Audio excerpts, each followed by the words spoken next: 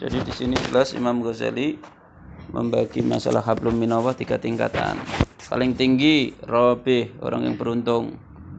Siapa? Orang-orang yang dia itu tidak hanya mengerjakan yang wajib, tapi juga yang sunnah.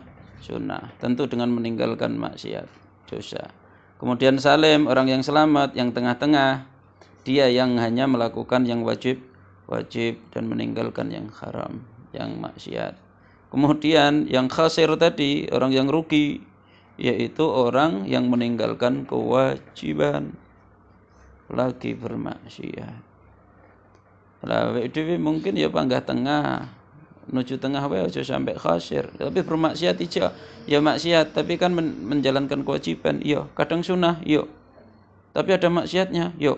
Wah, berarti ya golongan salim insyaallah. Maksiatnya semakin dikurangi. Terus menuju kepada robih kalau bisa. Apa? Banyak amal sunnahnya. Apa kuwi ibadah-ibadah sunnah tatawwu nawafil itu diamalkan dengan banyak. Tuh. Kemudian dalam masalah sosial tadi hablum minannas juga dibagi 3.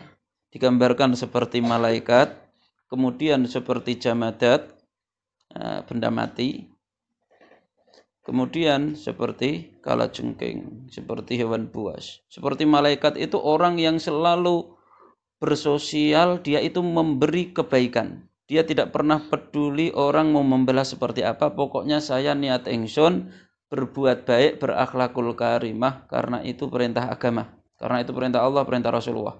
Mau dibalas seperti apapun saya enggak peduli, pokoknya saya tetap harus berbuat baik kepada orang. Sehingga yang jahat pun diperlakukan baik, dibalas dengan kebaikan. Kemudian yang seperti jamadat apa? Dia yang tidak mau berbuat jahat kepada orang lain. Tidak berbuat jahat kepada orang lain, tapi dia juga ya enggak berbuat baik. Posisinya di tengah. Ya kalau dimasukkan ke kita ya berbuat baik, ya berbuat jahat. Loro-loro nenek. Tapi kan ada perbuatan baiknya. Sedangkan yang tadi, yang hewan buas tadi kan digambarkan orang yang dalam berhubungan sosial itu selalu jahat. Jahat gak enek baik. Awake dhewe enek jahat enek baik. Lumrahe menungso. Dari situlah maka kemudian Imam Ghazali menyuruh kepada kita untuk berpacu. Di situ di tengah-tengah seperti itu masih ada jahatnya. Jahatnya dikurangin sehingga tinggal baiknya. Baiknya semakin besar, akhirnya kita meniti ke arah atas menuju derajat malaikat tadi. Nah, gambarkan seperti malaikat. Orang malaikat randu hawa nafsu, randu anu.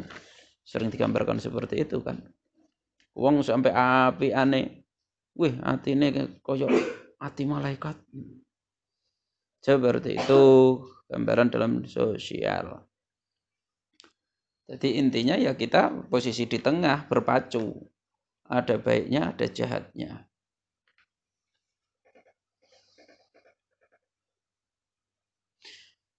Terus keterangan yang bawah tadi, apabila dalam kesibukan kemarin yang 4 itu, kita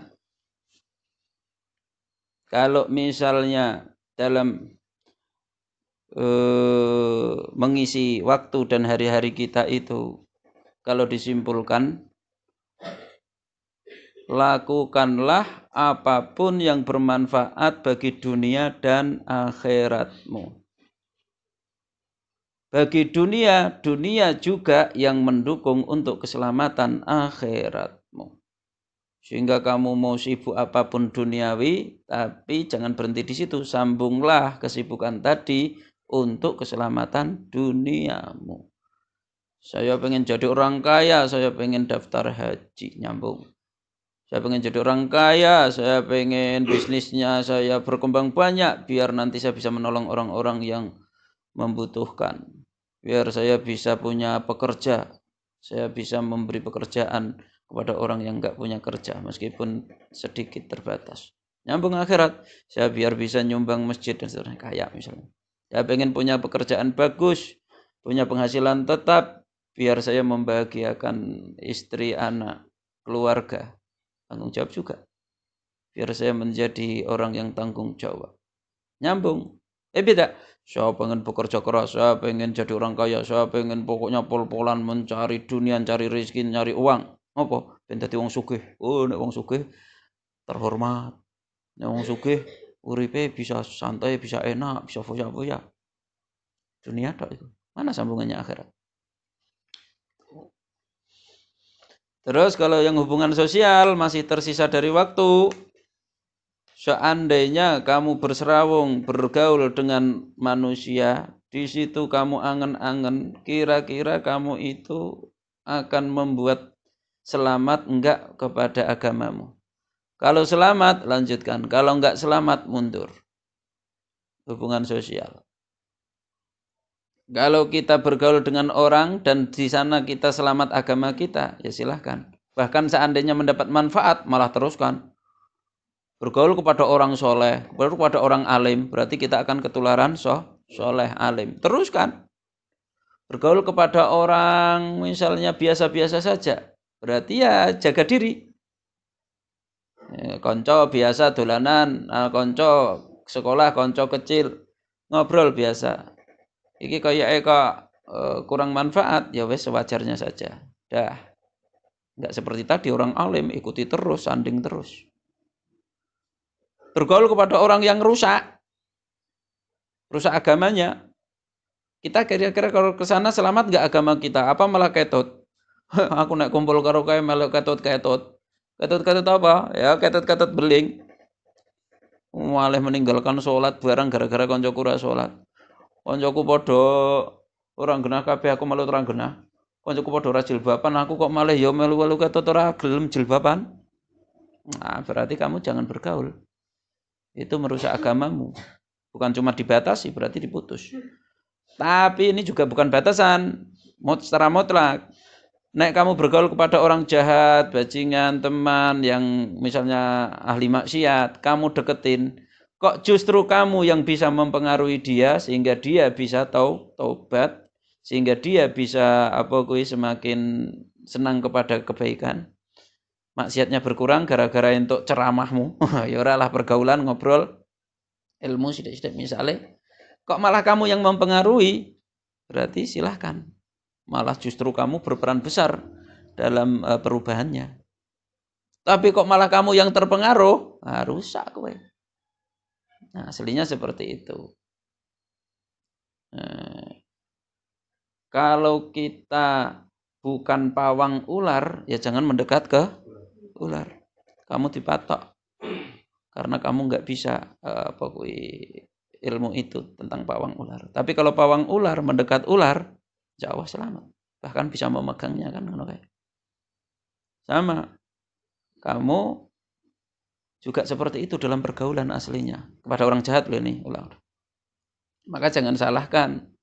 Seandainya ada seseorang bahkan mungkin kiai, kalau dalam dunia wali itu Gusmi itu, kalau sekarang mungkin Gus Miftah itu yang viral, itu kan kadang ceramah di tempat prostitusi, ceramah di kafe.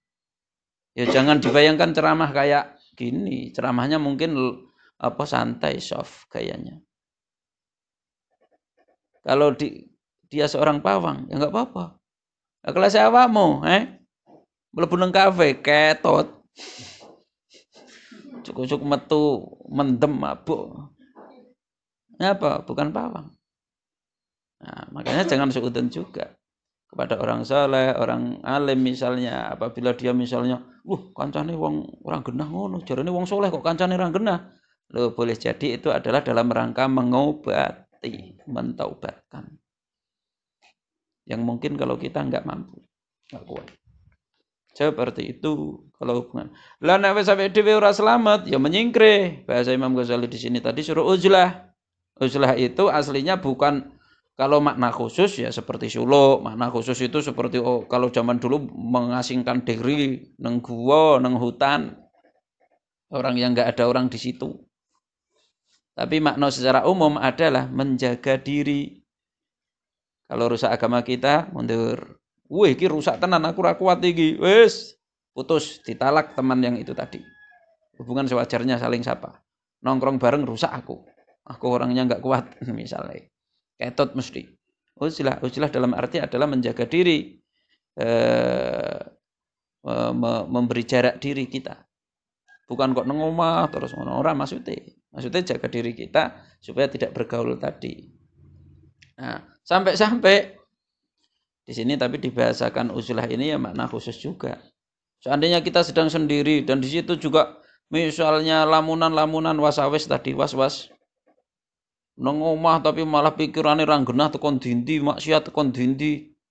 Kata Imam Ghazali, fannaum tawru wawai.